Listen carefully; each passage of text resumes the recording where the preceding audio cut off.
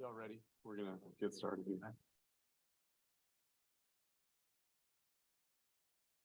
But that was this week, so. Good evening. It is 6:32. We're about 2 minutes after the start time, 6:30 on June 6th, 2023. This is the time and date for our regular meeting of the Northern Lebanon School District Board of Directors. I call this meeting to order. Mrs. Martin, may please, oh, I'm sorry. Actually, Director Klein, would you fill in for Director Murray and lead us in the flag salute? Would you all please join me in a flag salute? Pledge allegiance to the flag of the United States of America and to the republic for which it stands, one nation, under God, indivisible, with liberty and justice for all. Moment of silence, please. Thank you. Thank you. And Mrs. Martin, would you please note in the minutes for this evening that it was Director Klein that led flag salute? Thank you. Yes. And may we please have a roll call? Bucks, England, Fowler, Williams, Here. Murray, Klein, Here. Erdman, Here. Marlowe, Here. Nom. Present. Directors Bucks, England, Fowler, Murray absent. All of the members are present. Okay, that means that we have established a quorum at this point, but we do only have 5 members. I do understand that Director Murray is on her way and should be here soon. So as soon as she gets here, we'll count her presence as well. But right now we do have a quorum. We can continue with the meeting. First item for this evening is the adoption of tonight's agenda. Everyone has had an opportunity to review the agenda. It is a full agenda tonight. And I appreciate all of the questions that have come in advance of that. Is there a motion to adopt tonight's agenda? Motion to adopt tonight's agenda. Thank you. Is there a second? Director Erdman is the second. Is there any discussion? Okay, hearing none. All in favor of approving tonight's agenda, please indicate with a yes or an aye. Yes. Any opposed? Okay, hearing none. Motion carries unanimously. Tonight's agenda is adopted. Next item is item 3, presentations. We do have one presentation for the FFA students. We have Lindsay Baumgardner and Brooke Beamsdorfer. Welcome. Come up to the podium.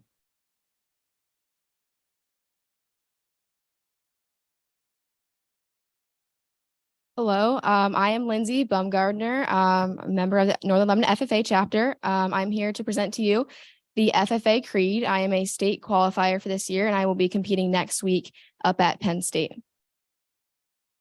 The FFA Creed by E.M. Tiffany. I believe in the future of agriculture, with a faith born not of words, but of deeds. Achievements won by the present and past generations of agriculturalists, in the promise of better days through better ways, even as the better things we now enjoy have come to us from the struggles of former years. I believe that to live and work on a good farm, or to be engaged in other agricultural pursuits, is pleasant as well as challenging. For I know the joys and discomforts of agricultural life, and hold an inborn fondness for those associations which, even in hours of discouragement, I cannot deny. I believe in leadership from ourselves and respect from others. I believe in my own ability to work efficiently and think clearly with such knowledge and skill as I can secure, and in the ability of progressive agriculturalists to serve our own and the public interest in producing and marketing the product of our toil. I believe in less dependence on begging and more power in bargaining, in the life abundant and enough honest wealth to help make it so, for others as well as myself, in less need for charity and more of it when needed, in being happy myself and playing square with those whose happiness depends upon me. I believe that American agriculture can and will hold true to the best traditions of our national life, and that I can exert an influence in my home and community which will stand solid for my part in that inspiring task. Thank you.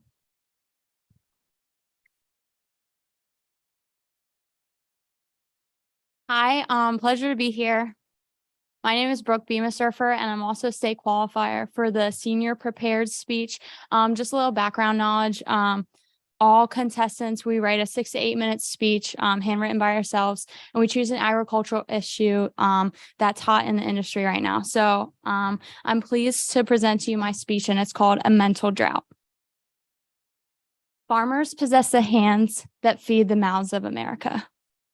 Now, this is no small task, as those hands endure multitudes to satisfy their commitment towards putting food on the table. They sow seeds that produce new plant life and birth new generations of livestock. They turn wrenches on malfunctioning parts of farm machinery to fix them without the need of professional assistance. They shake the hands of local business owners who have purchased their child's market animal at the local county fair.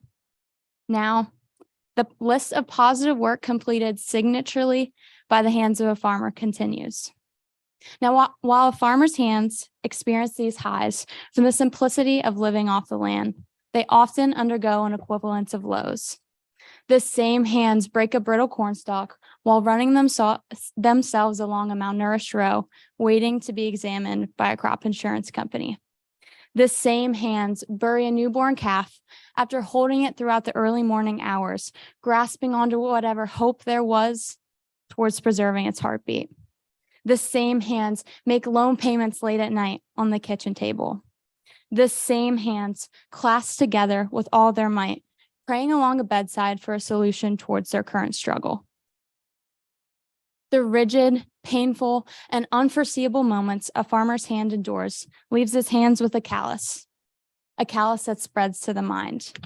Although, unlike labored hands, consistent layers of pain do not make the mind stronger. They make it numb. This is how the unpredictability of guaranteed stressors makes agriculture the occupation within the United States with the highest suicide rating. The farming lifestyle breeds towards a birth of hardship. It is inevitable. Now, the intensity of this hardship varies depending upon the circumstances of the land and its owner. In some cases, this temporary struggle evolves into a state of depression. Occupation in agriculture presents many risks, including weather, pests, disease, commodity value, economics, government policies, family relations, and the list continues. The major theme of this list is that it is long and all of its components are uncontrollable. It is difficult for many farmers, as it would be for anyone, to grasp the fact that no matter how hard they work or prepare, something entirely out of their control can demolish their progress. Unlike many other American jobs, farmers cannot simply fill out their time card when a problem arises, knowing their employer will sort it out later.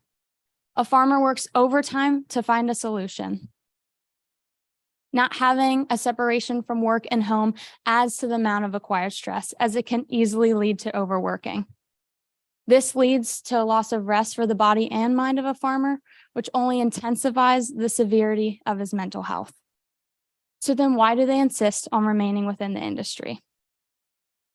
The down-to-earth way of life a farmer obtains can be rewarding by producing the staple necessities of this world through manual labor. Farmers appreciate the value of earning a living based upon simplicity, but in order to achieve that lifestyle, it inevitably requires conquering some stages of complication. The second paragraph of the FFA Creed, which Lindsay just presented to us, states, "For I know the joys and discomforts of agricultural life, and hold an inborn fondness for those associations which, even in hours of discouragement, I cannot deny." Oftentimes, a farm has been within a family for generations. Therefore, there is an inner longing within the farmer to preserve its heritage. Yet again, this is another factor that can contribute towards mental strain, as a farmer then works extra hard to maintain their respected family name. Had the situation gotten as serious as considerations to sell the property as a whole, many farmers who have automatically grown up into the industry and taken over their family business are left without a college education. This leaves them feeling stuck. This is just one specific example, as there are many reasons as to why farmers often obtain this trapped feeling. Their locations, especially within the Midwest, isolate themselves from the majority of the public, which only capitalizes upon the sensation of imprisonment. The Pennsylvania Department of Agriculture supports that in rural areas, there are often few mental health professionals. Although the bars do not have to remain closed, as the farming lifestyle was never meant to be confining. The bottom line is that there's a mental health crisis in the farming industry of our nation, but there are solutions. Many thoughts are common to spiral around the head of an agriculturalist when experiencing trouble on the farm, but the most dangerous are the ones concerning their willingness to receive help. As the farming lifestyle teaches resilience, many farmers automatically apply this standard towards their mental health. Some view it as a weakness to receive professional health care for something they can, quote unquote, just get over. The Lancaster Farming supports that many farmers develop the stigma towards the idea of mental health care. The stigma continues as many within the industry wonder how therapists could truly understand what they're going through. Public cries when rain clouds fill the sky, when a farmer sheds a tear of joy because his prayers were answered. Some will honk a horn when behind a tractor on the road, or others will blame a farmer for the current climate change crisis. At least these are some of the things that come to mind when a farmer is contemplating his inclination to receive help from the public. Therefore, farmers remain at a standstill as their condition is requiring assistance that is time critical. This is an increasing issue as agriculture suicide ratings have increased by 40% in the last 2 decades. This proves that immediate action is necessary before it becomes too late. The cure to occupational agricultural depression is undoubtedly speaking up and receiving help. Luckily, there are numerous forms of help available. Mental and local suicide hotlines have been established specifically for the agricultural community. Farmers can call and speak to a trained responder who has an understanding of an agricultural background for specialized emotional support. Although the opportunities for recovery do not end here. Many farmers and ranchers who have endured heartbreaking scenarios of their own have begun providing seminars on how to deal with ag-related stress.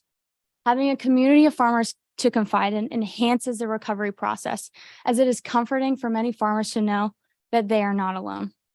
What those who have received care necessary for their condition have found is that it is in fact stronger to speak up. Acceptance of this fact is the first monumental step towards healing. Farmers are a staple within our town, county, state, and nation. The product of their toil is precious towards the sustainability of our everyday lives, but their everyday lives are more valuable. As an FFA organization, we obtain a great capability to spread awareness to this agricultural area of need. If we believe in the future of agriculture, we must first take care of our present day agriculturalists. Let our hands work together to break the stigma associated with agricultural depression so that the hands of a farmer no longer take their own life. Thank you.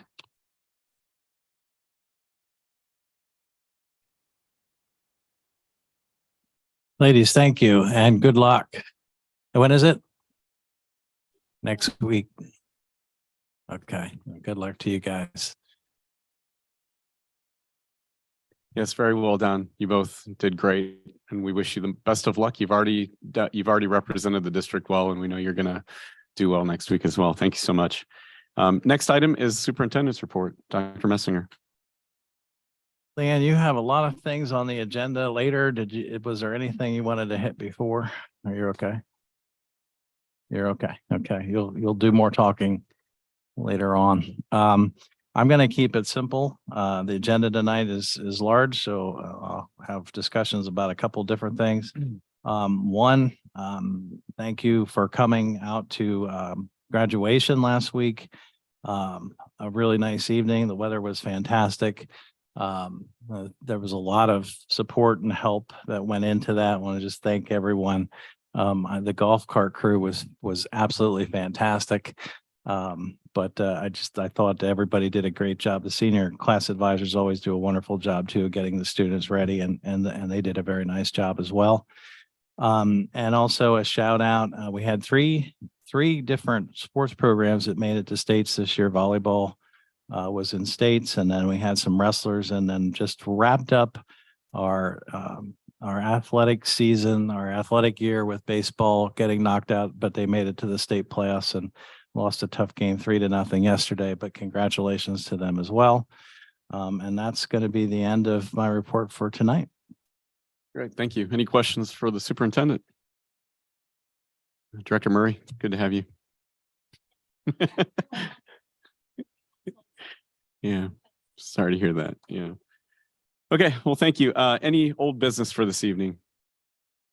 Okay, hearing none, we will move to the public comment portion of this evening's meeting. All individuals wishing to participate in tonight's board meeting were asked to register their intent with the board secretary by 3 p.m. today.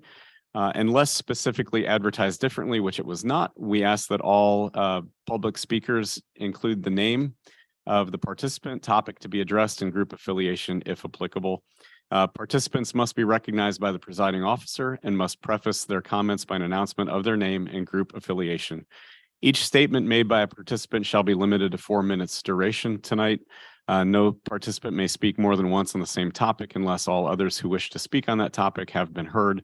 All statements shall be directed to the presiding officer. No participant may address or question school directors individually. That is from our board policy 903. I understand that we do have one item for public comment tonight. Joseph Murphy, Mr. Murphy.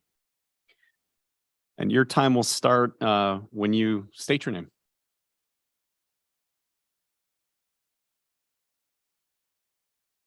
Got it. Joseph Murphy, 19 Wildflower Circle, Lebanon, Pennsylvania. I'm a parent of 2 children in the district.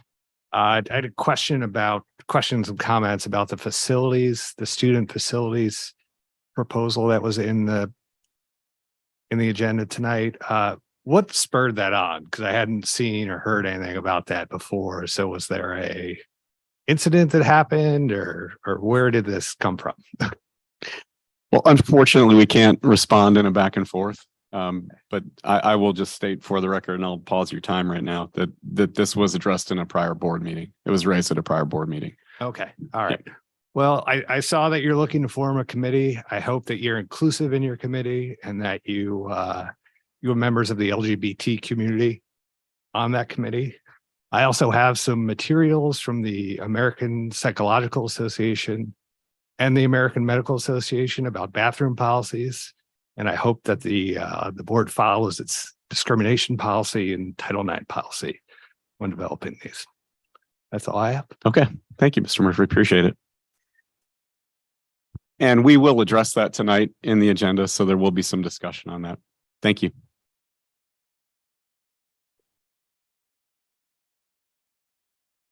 Okay, these are the items for board action tonight. This is items 7 and items 8 through 14.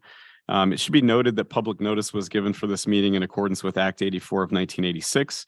By notice of the president, the following actions require a voice vote. All votes in favor shall be stated with an aye or yes.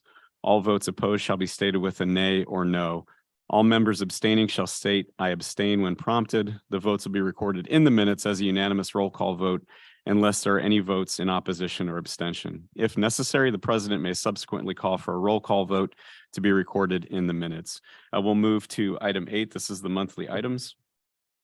Yeah, I'll do these together. 8.1 is the approval of minutes. 8.2 is our student activity account.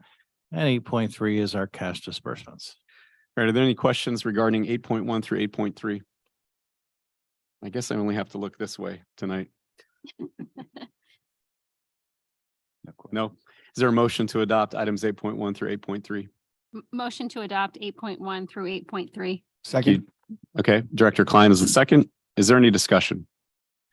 Okay, hearing none, all those in favor of adopting 8.1 through 8.3, please indicate with a yes or an aye. Aye. Yes. Any opposed? Hearing none, motion carries unanimously. We'll move to item 9, budget and finance. I'll do the first one by itself. It is the final budget. We talked about this in May. All the information is listed for you there, including the amount up to the exemption. We'll be glad to answer any questions if there are any, but it hasn't changed since last month. Any questions?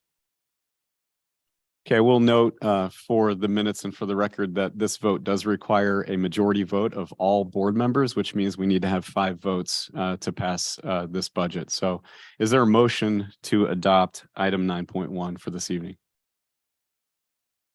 Motion to adopt. Thank you. Is there a second? Second. Great. Thank you, Director Klein. Is there any discussion regarding 9.1? Hearing none, all those in favor of adopting 9.1, the final budget, please indicate with a yes or an aye. Aye. Yes. Any opposed? No. Okay, my vote is also a yes. That gives us 5 votes as far as I can tell. If any director would request a roll call vote, please let me know. Okay, hearing none, I believe that motion passes. So 9.1 is adopted. Okay, 9.2. Yeah, I'll do 9.2 and 9. Well, I'll just do 9.2. 9.2 is the homestead farmstead amount. That amount is based on state funding and the approved millage rate. Is there anything you wanted to say to that? It's very similar to last year's funding, which was an increase from prior years. It comes off of, it'll be about 174, 175, somewhere in there for each tax bill for homestead. Great. Any questions? Okay, is there a motion to adopt 9.2? Motion to approve 9.2. Thank you. Is there a second? Second. Is there any discussion? I would also note, as with the previous item, that this vote does require 5 votes, the majority of the board.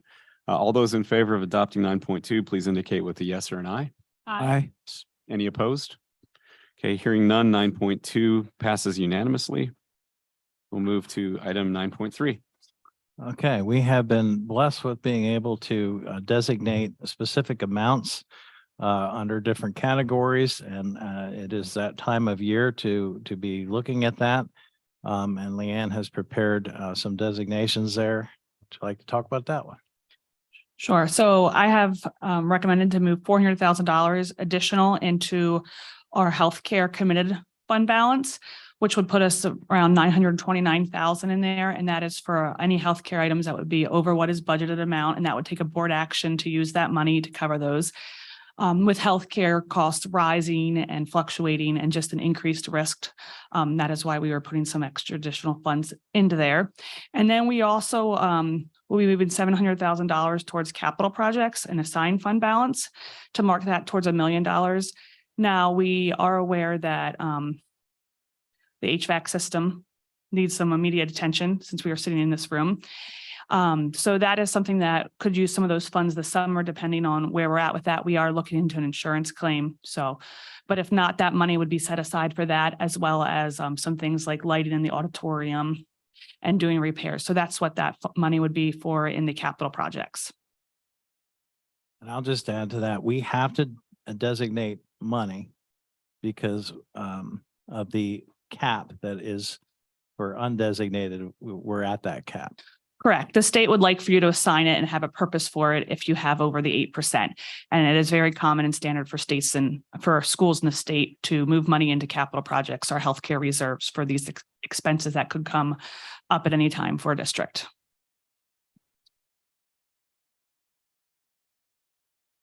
Okay, any additional questions? Okay, is there a motion to adopt 9.3, the fund balance? Motion to adopt 9.3 fund balance. Thank you. Is there a second? Second. Thank you, Director Klein. Is there any discussion? Okay, hearing none, this vote also requires a majority vote of the entire board. All those in favor, please indicate with an aye or a yes. Aye. Aye. Yes. Any opposed? Hearing none, motion carries unanimously. Thank you. 9.4. Okay, I'll do a few in a row now. Yep. This is annual. 9.4. It's our ability to transfer money at the end of the year to get ready for the end of the year audit from one account to another. In addition to that, we have our supplies purchase that we do through the IU. We have amounts there not to exceed as we prepare orders for next year. Our full school physician for the 2023-24 school year is listed there. So you would approve that, as well as our school dental services. 9.8 is actually, it was time to take a look at food service. We had 2 proposals given to us, and Nutrition, Inc., doing business as a nutrition group, was the recommended group to be our food service provider. I think we have a couple of gentlemen.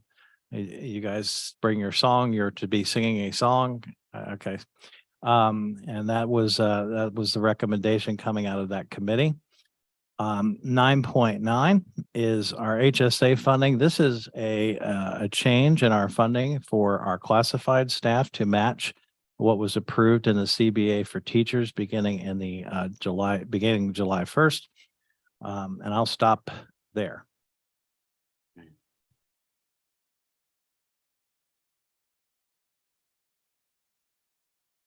Any questions regarding items 9.4 through 9.9?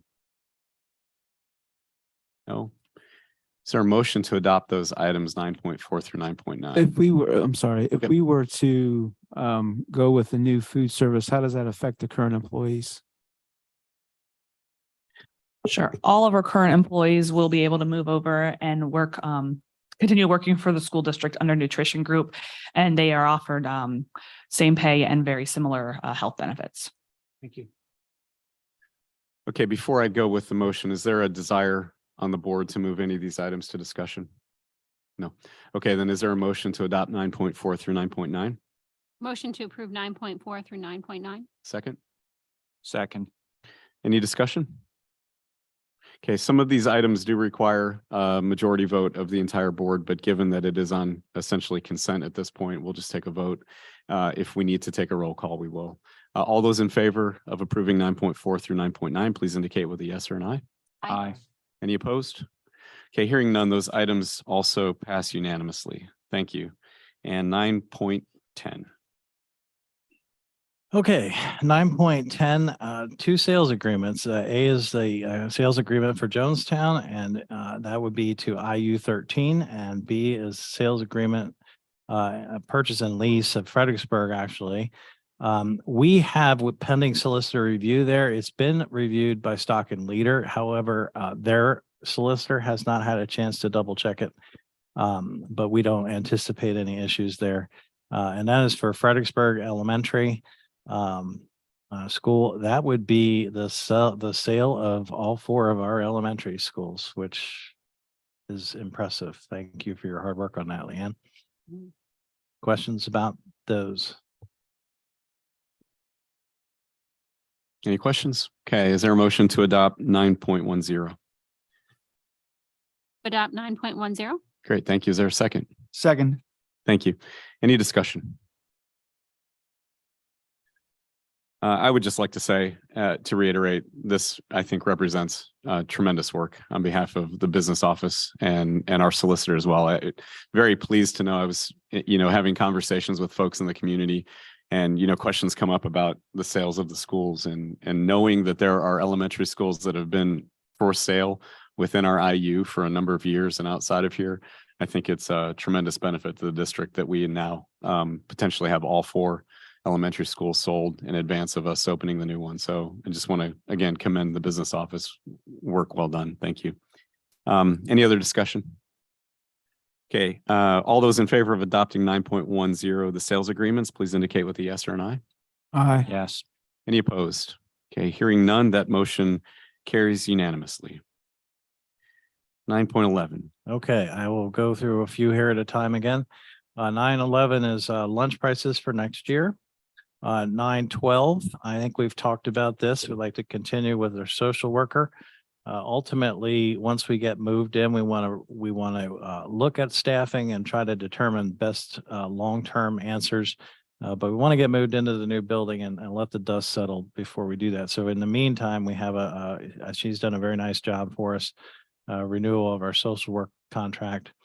We have several different IU student service agreements. Those are our typical annual agreements under 9.13, under 9.14, our speech. And it was asked, I had a question about why there were 2. That's due to a maternity leave. Just verifying with Mrs. Bastek Jones back here, shaking her head. So that was due to a maternity leave as to why there are 2. Also have our special ed contracting agreement, consortium services agreement and 9.15. And finally, 9.16 is a renewal of our contract with Effective School Solutions. I was asked about, they had listed elementary separately. We have made that change. It is uploaded. And I checked with the solicitor, even though that change was made in the last 24 hours, it is a minimal change and is allowed. So it does say Northern London Elementary School instead of the individual elementaries. Thank you for catching that. Okay, so that takes us all the way through 9, right? That takes us to the end of 9, yeah. Okay, any questions regarding 9.11 through 9.16? Okay, I will also note that because most of these items are dealing with the entering of contracts between the district and other parties, this also requires a majority vote of the entire board. Is there any desire to move any of these items into discussion? Okay, then we will vote on all of these together. So is there a motion to approve items 9.11 through 9.16? Motion to approve 9.11 through 9.16. Great, thank you. Is there a second? Second. Thank you, Director Marlowe. Any discussion? Okay, hearing none. All those in favor of adopting 9.11 through 9.16, please indicate with a yes or an aye. Yes. Any opposed? Hearing none, motion carries unanimously. Thank you. And we'll move to item 10, buildings and grounds. Okay, both of these are construction related. We have a med ed easement that is attached for you.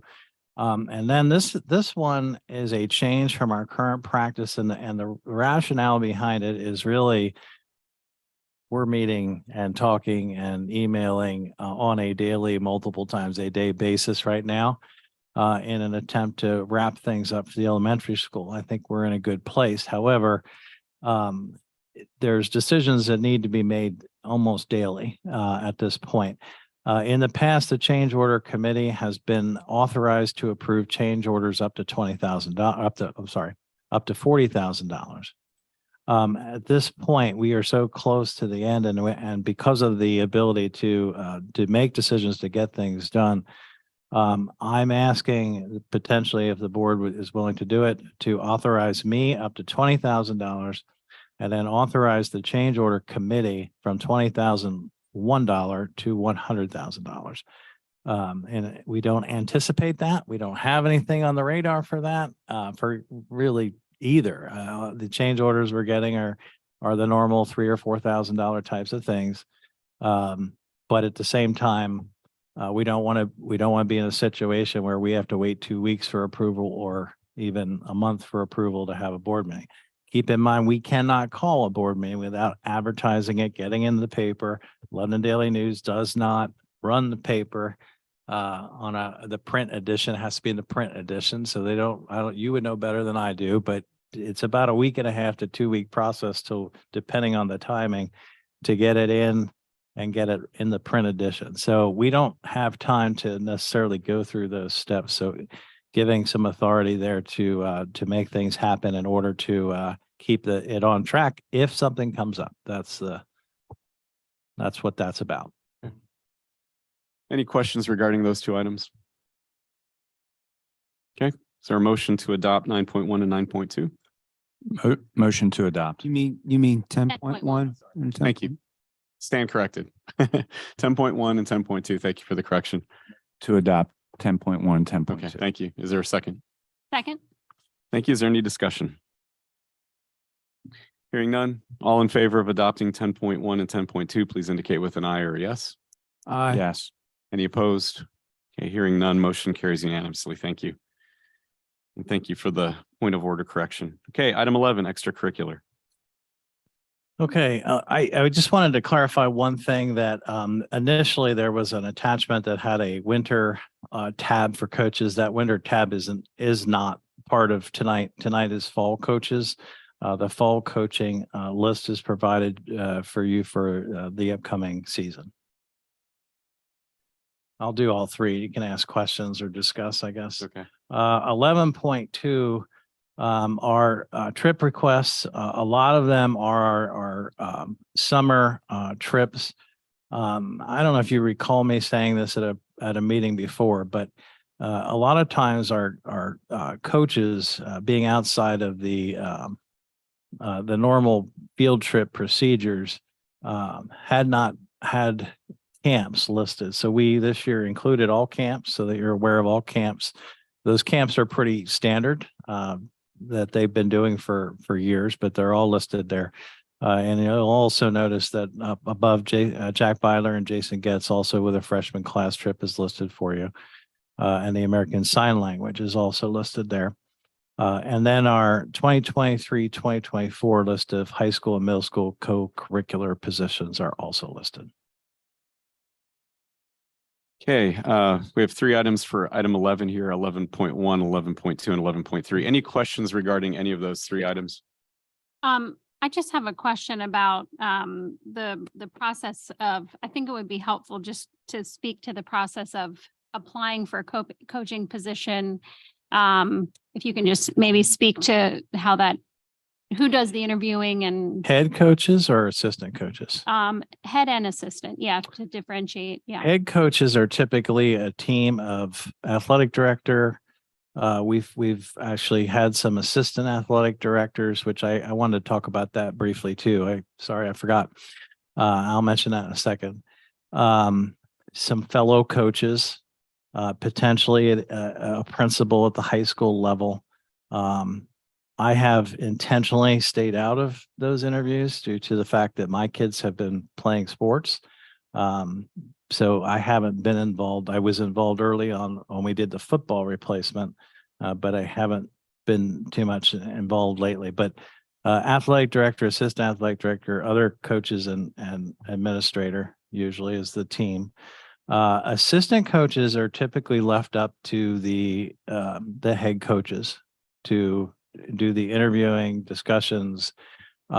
Frankly, in some cases, particularly at the middle school level, because of the timing of it, it can be a challenge to find people. And a lot of times they'll use their own networks of people to, hey, are you interested in getting back into coaching? Sometimes it's retired folks. Sometimes it's people that have flexibility in their schedule, but typically they bring it to us.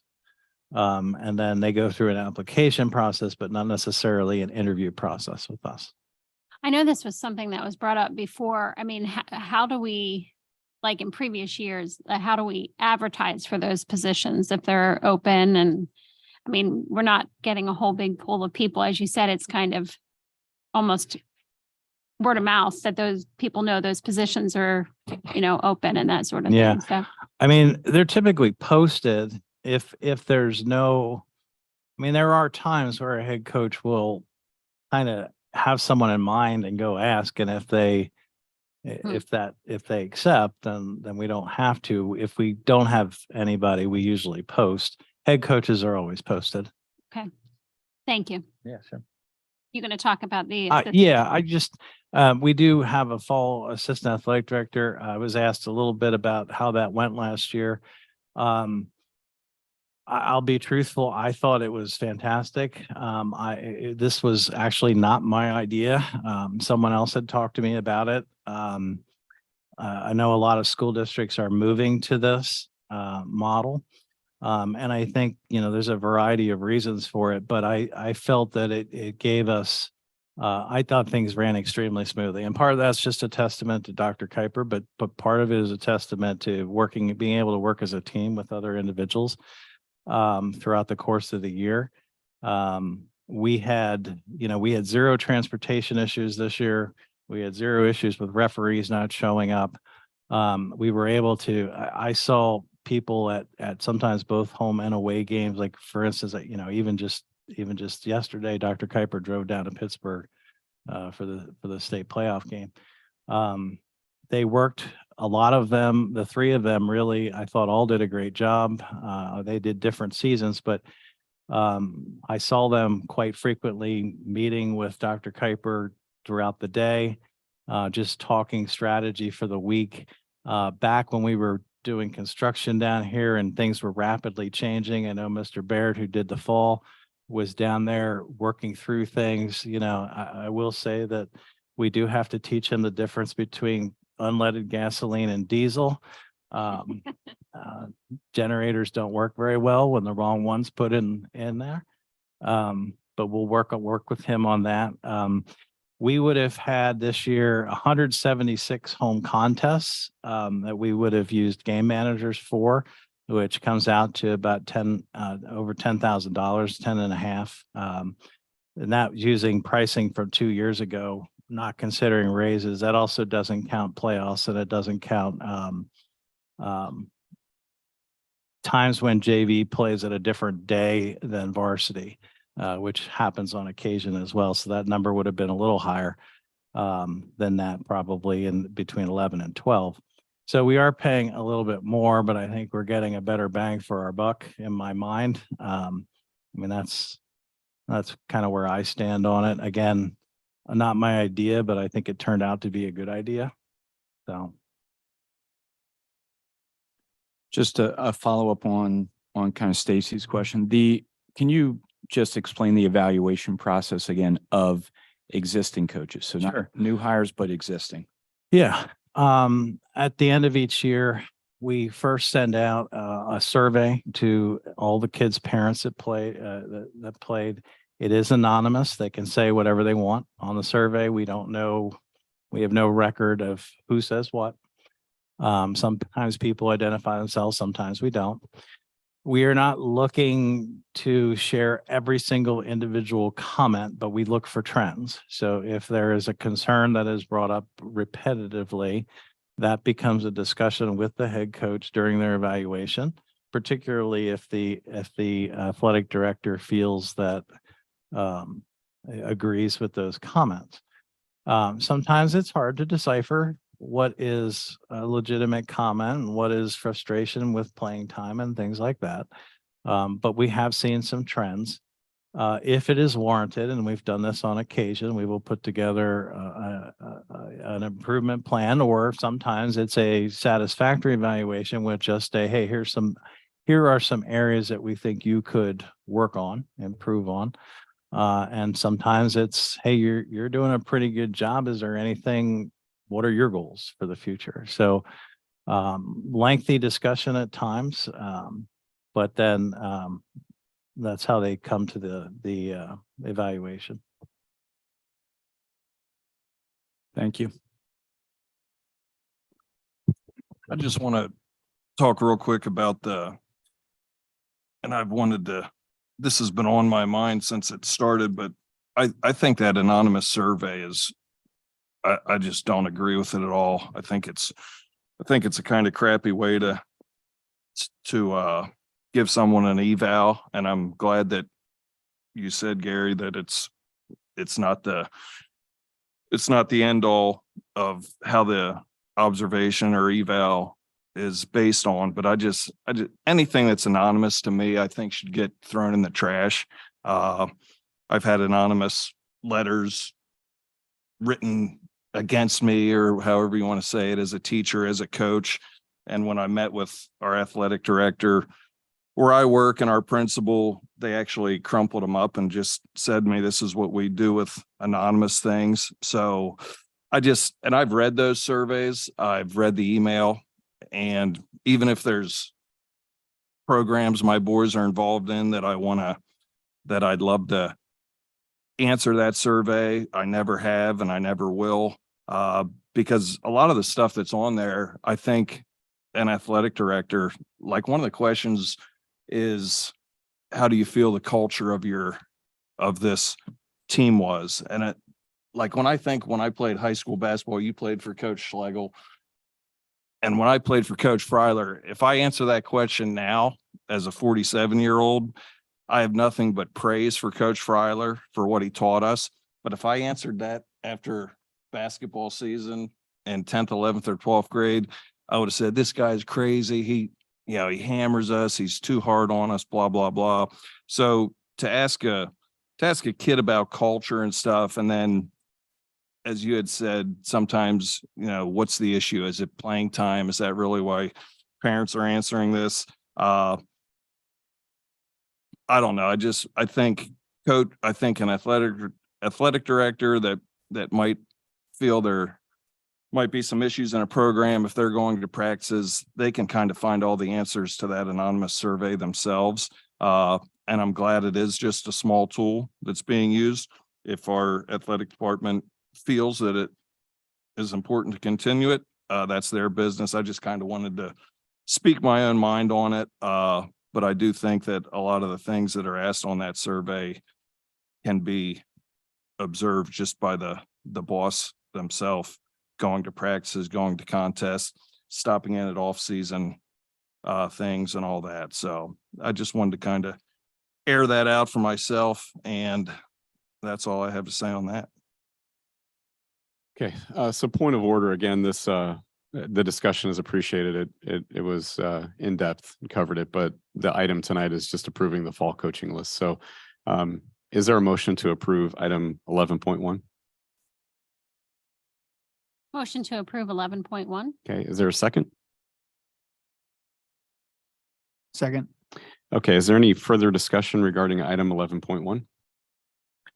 Yeah, just the process of doing them as a group, right? I think we've had a little bit of discussion around this, makes it a little bit more difficult when there are some, challenges, feedback, from individuals. So we're approving all or none in this case. Actually, you can, it's kind of like a consent calendar. You can pull any individual out and discuss or vote no to any individual separately.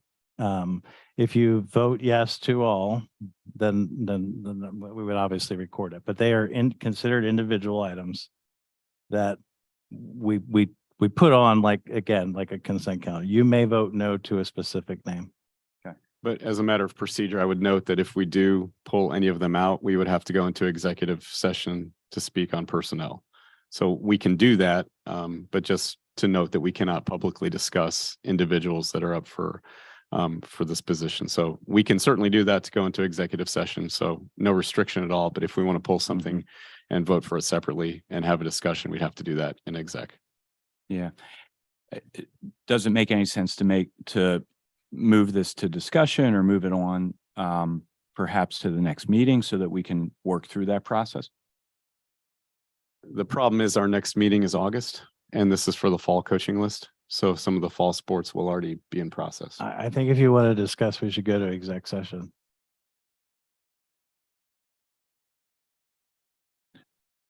I had one. You may vote no to an individual without going to exec session.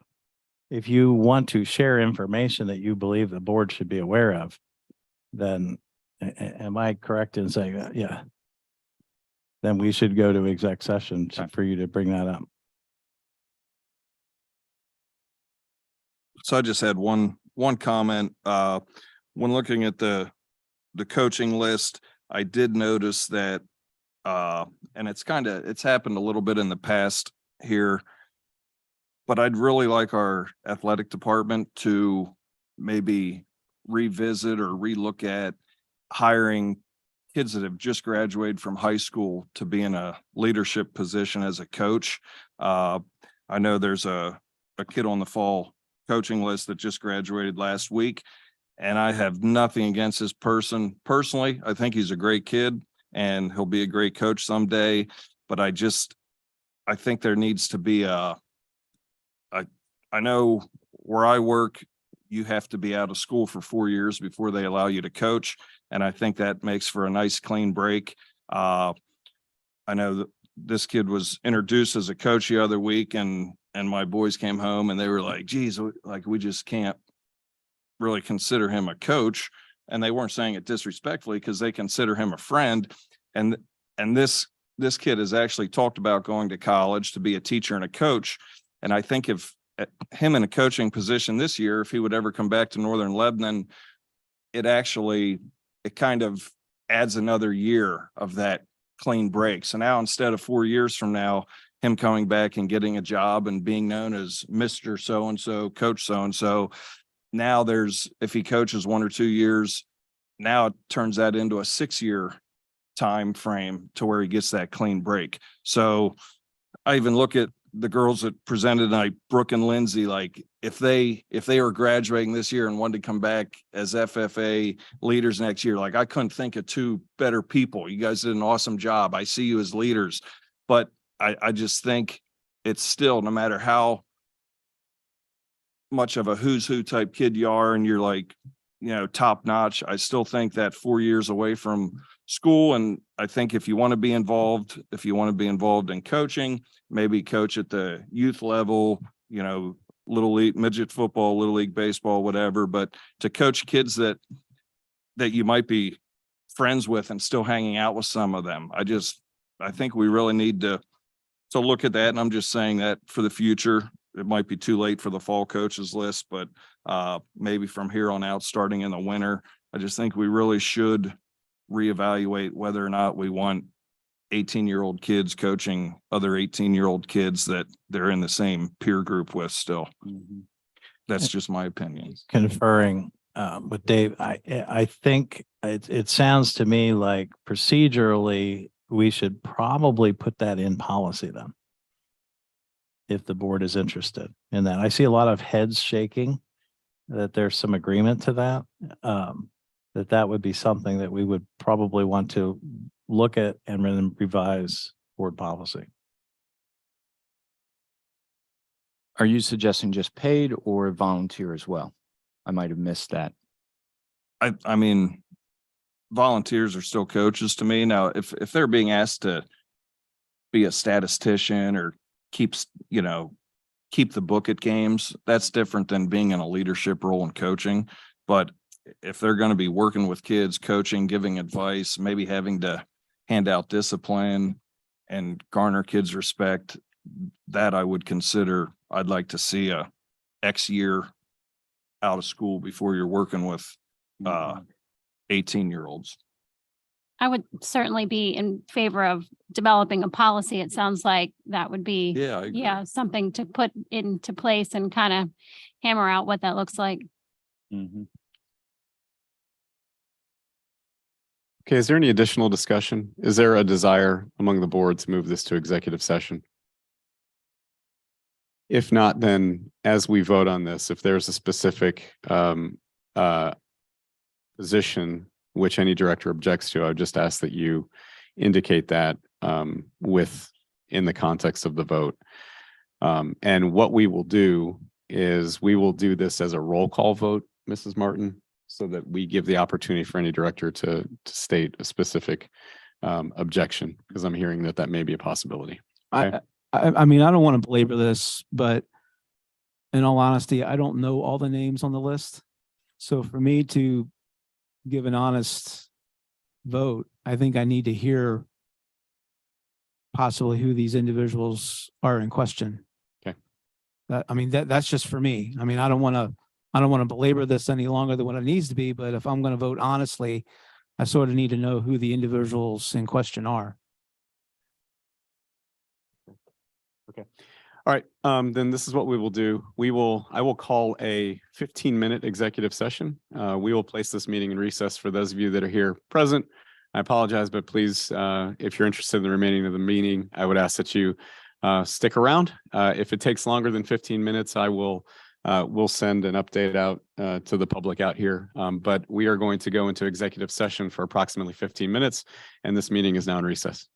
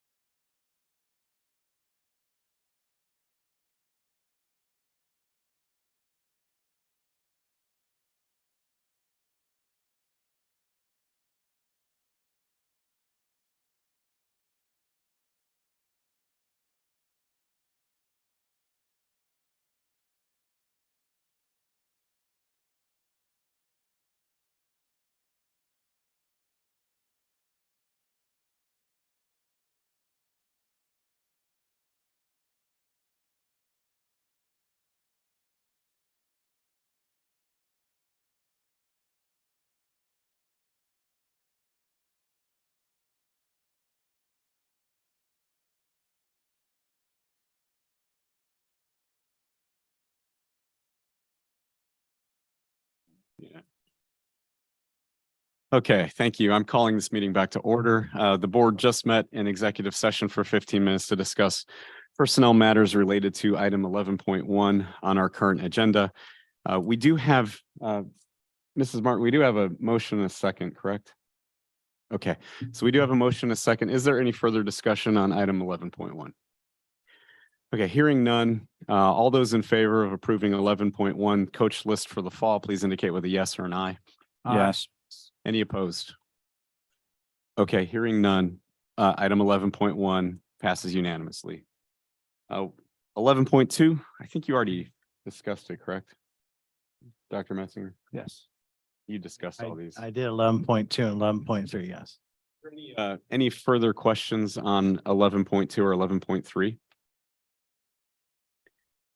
Okay, hearing none, is there a motion to adopt items 11.1, or I'm sorry, 11.2 and 11.3? Motion to approve 11.2 and 11.3. Thank you. Is there a second? Second. Any discussion? Okay, hearing none, all in favor of adopting 11.2 and 11.3, please indicate with a yes or an aye. Aye. Yes. Any opposed? Hearing none, motion carries unanimously. Now we'll move to item 12, curriculum. I'll start with 12.1, final adoption of policies 613, 614, and 615. Any questions regarding 12.1? Is there a motion to adopt item 12.1? Motion to approve 12.1. Or second? Thank you, Director Erdman. Any discussion? Okay, all those in favor of 12.1, please indicate with a yes or an aye. Yes. Any opposed? Okay, hearing none, 12.1 carries unanimously. And 12.2. Okay, 12.2, you'll remember a couple of months ago, we were talking about fee schedules. 12.2 is actually a revision to policy 707 that has a fee schedule within the policy. Gotten some feedback from Director Klein to take a look at that. This was one that he has seen that there's some things in there that are that he likes. I will tell you, I mentioned in my email to you guys about what was on the agenda. This is one that I still believe has some items that are probably administrative directive. I'm working through. It also has to go before stock and leader. The big question, I think that the big change procedurally, there's not a ton of changes, but the big change is the fee schedule. The fee schedule would be in the policy versus a separate attachment. And then secondly, the fee schedule for outside groups changed significantly. For instance, in the past we had, and up until this year, I think it was $200 or something like that for a season. This year it was $1,000 for a season for an outside group. Per this fee schedule, I think the big thing would be like, for instance, for the gymnasium usage, it's $950 per day. So that's a significant change. And really, looking for some direction there in terms of that policy to from the board, because it wasn't something that we had gotten to a conversation. We were going to put together a new fee schedule and draft, which we did, and then get feedback from the board in terms of how to move on. Okay, questions regarding this item? So, Dr. Messing, you said the fee side. I'm sure we compared to other districts as we put that together. It is all over the place. There are districts that I think it's a philosophy from a board standpoint of the facilities in terms of, how available do you want to make facilities for outside groups? Mhm. Obviously this is, I want to say Director Urban might have said it, that they don't open up their facilities a whole lot. This one actually came from Palmyra. We stole it as a base. I would guess that at those prices that they don't get too many takers, or if they do, it's maybe a day-long tournament kind of thing versus someone that's going to use it on a more regular basis. Yeah. There's a term in there called boundary sports. What does that mean? So go ahead. There's a difference between Northern Lebanon Little League versus like a travel organization that has some Northern Lebanon kids. Would you want to talk more? Yeah, you hit it on the head. We talk about boundary student participation. It means that the facilities we have here are readily available to the boundary students first. And if you read the groups, group 1 is 85% NL boundary students. Group 2 is at 85%. Group 3 is other organizations within Northern Lebanon School District that contains 50% boundary students. And group 4 is everything else. Group 1 and 2, when you look at the fee schedule for boundary students, it's very light. Yeah, so But the when we boundary start- student when we means start looking they at live in facilities- the district. That's what I was trying. Yeah. A boundary student is they live in district. That's all I was. Okay. Yeah, that's part I wanted to make sure I understood that. I thought that's what it meant. So the clarification is that it's within the boundary of NL. Okay.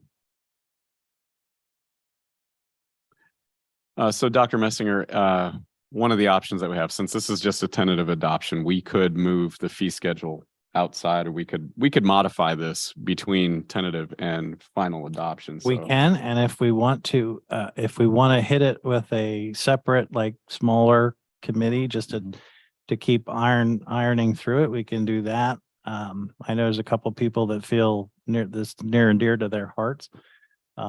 So we can talk more about it. I still think there's going to be some things that come out again as procedures rather than policy. I think Stock and Leader will redline a lot of those things. If we don't, but I think that's okay. I think the heart of what was suggested is there. We just have to work through it a little more. Yeah, I agree. I think the spirit of it is good. It's, I was wondering if a lawyer wrote it though, but anyway, it was a little more complicated than I thought it might be, but the spirit of it's good. NL students get first crack at the facilities, and there's some dates there that you must, if you've put in by this date. I love all that. I think figuring out the fee piece is probably going to be the challenge. How do you make it that it's fair through that fee schedule? And I think that's it. And I did take a look at the fees around the county, and I don't think these are way out of line. I can certainly bring those at a smaller committee if anybody would like to see that. Okay, well, let's move our comments to the comment portion. Any other questions regarding the proposal? Okay, hearing none, is there a motion to adopt item 12.2?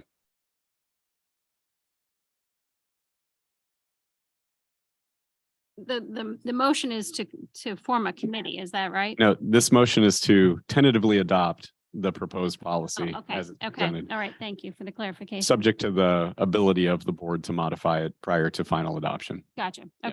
I'll make a motion to approve. Thank you. Is there a second? Okay, any comments, any additional comments regarding 12.2? I mean, I would just say, when we first brought this up at the board, I like our current policy, but having seen this revision, I do think that there are some positive things to it. I like the attempt to identify, a number of participants or percentage of participants within the boundary. That addresses some of the issues that I know that were raised. I'm not fully comfortable with those percentages, but I think as a tentative policy, I think this is a good start. I would agree with the comment that was stated previously that I would like maybe some work to be done on the fee schedule. I think as a matter of principle, personally, I'd like to see our facilities more widely available to the outside organizations and not restrictive, but that's just a personal view. So I think in terms of a tentative policy, I'm okay with moving forward, but I think we do need to do a little bit of work on it before final adoption. And I'm anxious to hear what Stock and Leader, what input they have as well. Any other comments? I don't want to have the last word. Yeah, I would just like to kind of echo what you're saying. I mean, Gary and I talked about this last time when we brought this up. I mean, particularly in my experience with this is in regard to the dance studio. But, whatever fee is charged is what then gets shifted to the parents or the people who are coming to see that performance. So, when you're raising the fee for that particular group, then you're raising the ticket price for, now there would be a lot of Northern Lebanon students, but again, I'd really like to see that fee schedule looked at. I mean, listen, I'll pay $100 to see my kid dance on stage. That's fine. Yeah. That's not my issue, but I just want to make sure that we're, keeping it affordable for the organizations that we do want to bring in. Mhm. Okay. And I want our community to feel they can use this building. They're paying for it. So. And I wonder if there should be some discussion about utilizing it for an event like that. The lacrosse comes to my mind. Now their donation is above the fee schedule. Using it for an event like that versus using it on a regular basis for practices or a daily rehearsal type of thing. I didn't, it's not something that came to my mind until you just said that, but maybe that's something we can talk about as we work through it. Yeah. Any other discussion? Okay, all in favor of adopting item 12.2 as a tentative policy adoption, please indicate with a yes or an aye. Aye. Yes. Any opposed? Okay, hearing none, that motion carries unanimously. I would just also note that, there was some discussion of a smaller committee. I think at this stage, what we need to do is communicate to maintain sunshine laws. If there's a conversation between anything more than 4 people, we're going to have to form a formal board committee.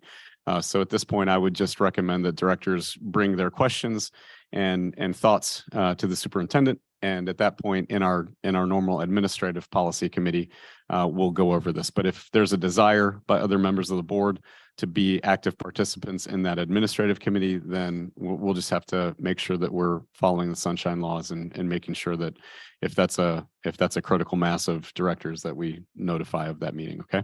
Sound good? Great. Thank you.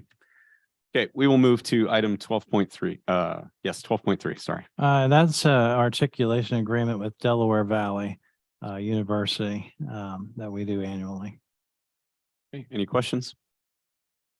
Motion to adopt 12.3. Motion to approve 12.3. Okay, is there a second?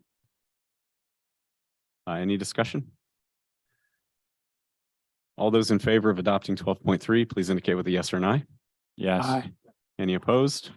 Okay, hearing none, motion carries unanimously. And finally, 12.4. 12.4, Director Marlowe had talked about this as new business, previous meeting. In conjunction with that, Stock and Leader has provided, had just sent a draft of a policy called use of facilities by students. And I was asked to place this on the agenda for board discussion to potentially form a committee to look at that policy. Okay, question. So this did arrive from last month's new business on motion of Director Marlowe. So are there any questions regarding this item as we move forward?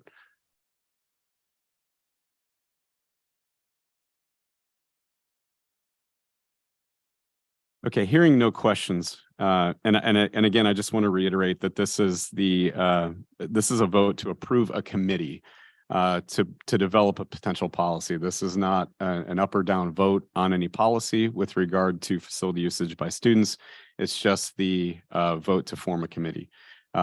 My proposal, and as president of the board, the way that I would propose to do that is form a committee of the board consisting of likely 4 members of the board, which will be publicly noticed, so the public can participate in that committee meeting when it is advertised. So we will receive comments, information, anything that we can from the public. The specific conducts of that committee meeting have yet to be determined, but that is the proposal, and I would exercise that ability to form that committee of members of the board. So that is what we are voting for at this point. Is there a motion to adopt item 12.4? Motion to approve 12.4. Say, is there a second? Second. Okay, is there discussion?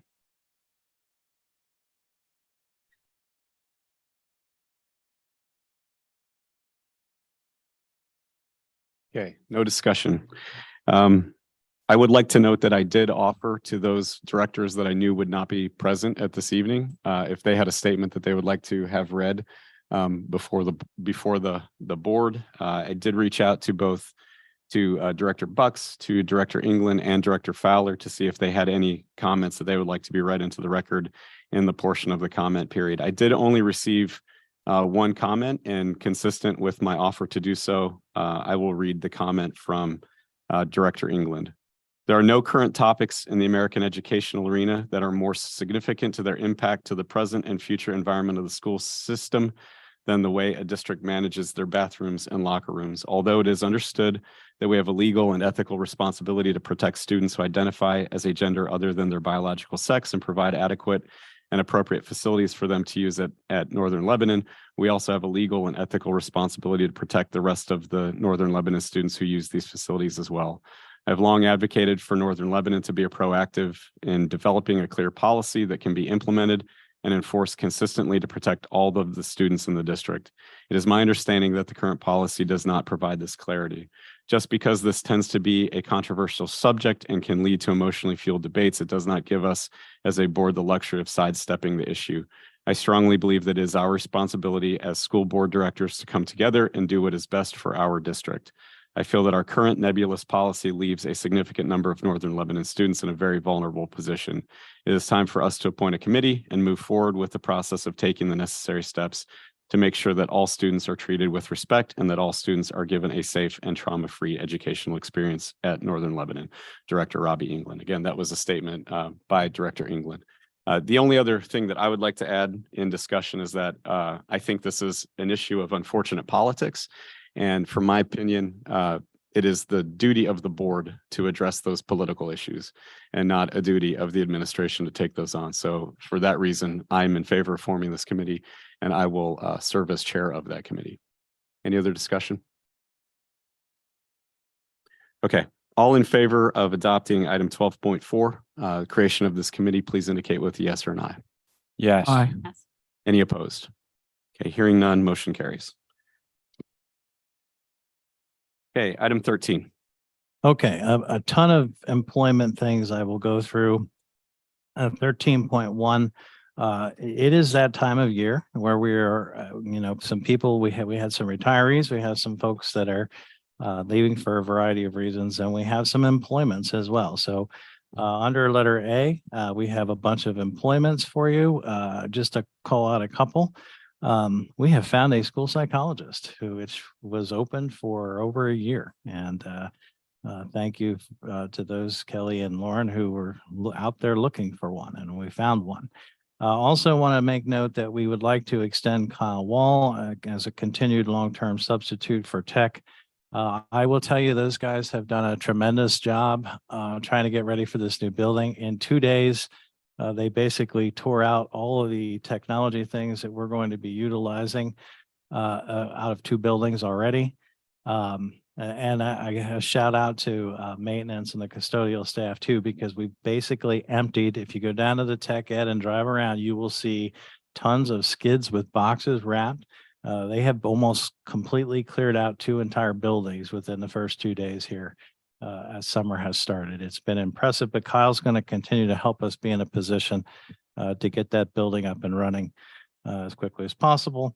Have a couple of summer employments, summer work crew, summer custodial crew, also to our 2023 summer extended school year staff. We have several resignations for you to approve.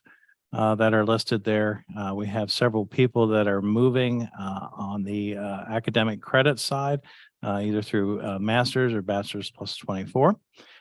Some job descriptions that I've been talking to you about, and really a change in our what we have in our aid system, and looking at paraprofessionals, those paraprofessionals that are in learning support, special education rooms.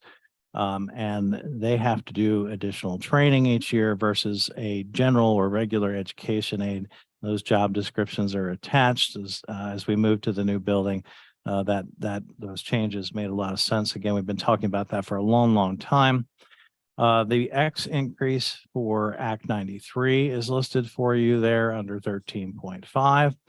Under 13.6, the classified increases there, the total is 5.61, with no classified employee increasing less than 3.5%. We have in the annual HR contract, we have to set the annual salary. So that is listed. Congratulations to Mrs. Bruce for completing all of her required. You are now an officially certified HR person. I know you went through that and are happy to be done, but congratulations. Also, I'm happy to say, and she was really instrumental in the building sales, in the CBA, just played a huge role in that. Leanne, a new director of business affairs agreement is listed for you there. 13.9 is we threw at you. That is along the same lines as the change orders. And that is to hire any temporary positions needed to facilitate the timely occupancy of the school. So if we need to hire someone to put together desks at an hourly rate, you're authorizing me to make those decisions so that we can open that building on time. A few weeks ago, we thought we were going to have to do a fire watch, meaning someone was going to be in the building 24 hours a day, walking through the building every hour to make sure there were no fires, because the fire things haven't fully been hooked up with the electrical panels and all that. But we managed to escape that. Thank you for the creativity with where to store stuff, working through that with Mason. But just in case, we're going to put that on there so that we can get people if needed. The 2023, this is a little ahead of schedule, but with the changes in job descriptions, we have the redesignation of classified. I'm happy to say that with the changes that we were able to really keep people in positions where if they wanted to be full-time, we were able to accommodate that. And if they wanted to be part-time, we were able to accommodate that. And that is all of 13 questions. Okay. First of all, a couple of points of order. Because these items all reflect employment, these all do require a majority vote of the entire board, so 5 votes to carry these. If there's any desire on the part of any director to move any of these to a separate vote, please let me know in advance of the vote. And then the last point is that if there are any questions or issues or comments regarding any of the individual contracts or any of the individual employees, we would once again have to go into executive session to discuss that, which we've demonstrated we can do tonight. Okay. Any questions for the superintendent? Okay, hearing none. Let me make sure I get all of these numbers correct. Is there a motion to adopt items 13.1 through 13.10? Motion to approve 13.1 through 13.10. Is there a second? Any discussion? Okay, hearing none. All in favor of approving 13.1 through 13.10, please indicate with a yes or an aye. Yes. Aye. Any opposed? Okay, hearing none, motion carries unanimously. We move to item 14. Just an informational item. As the elementaries, they do this annually, but we've been trying to get rid of some of the books from the 1920s. And get the libraries a little more modern as we move over to the elementary school, books that don't get checked out. That is typical. We try to donate them if they've outlived their life to book savers. Okay, any questions regarding information item? Okay, hearing none. Reports. Change order committee, it looks like Director Marlowe, you are the only one present for that. Do you have a report on the change order? Yeah, we actually did not meet. We tried to today. We did not meet.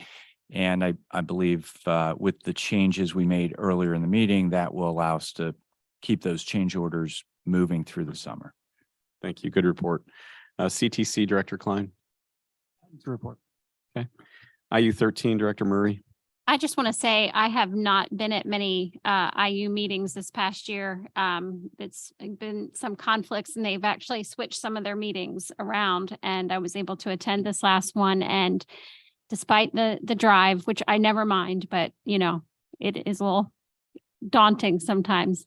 But I just continue to be impressed with the work that the IU does and the way they serve our most vulnerable kids and our most difficult kids. And so I don't highlight what the IU offers enough. And so I just being with that group and just the services that they provide and the students that they serve, I'm very thankful for their service to particularly to our students and the work that they do. And they presented the budget. Gina I'm sure Leanne has spent a lot of time with Gina, the business manager there, but CFO, but she's an amazing individual who manages all of that and does it very, very well. So thankful for the team over there. So that's my report. Thank you. Good report. Appreciate it. Legislative Liaison, Director England is not present. PSBA Liaison, Director Marlowe is alternate. Do you have any report? No update. Okay. Is there any new business for this evening? Okay, hearing none. Just note the dates to remember and specifically some of the dates not to remember. That is, we do not have a scheduled board meeting for the remainder of June. We do not have one scheduled for July. Be on the lookout for word from me on creation of that committee. I will plan to hold that committee sometime in either June or July, depending on availability, and with the requirement that we have to provide public notice for participation. But if you are interested in participating in that committee, please let me know. With that, is there a motion to adjourn this evening's meeting? Motion to adjourn. Is there a second? Second. Any discussion? Okay, all in favor of adjourning the meeting, please indicate with a yes or an aye. Aye. Any opposed? Hearing none, this meeting is adjourned. Thank you very much.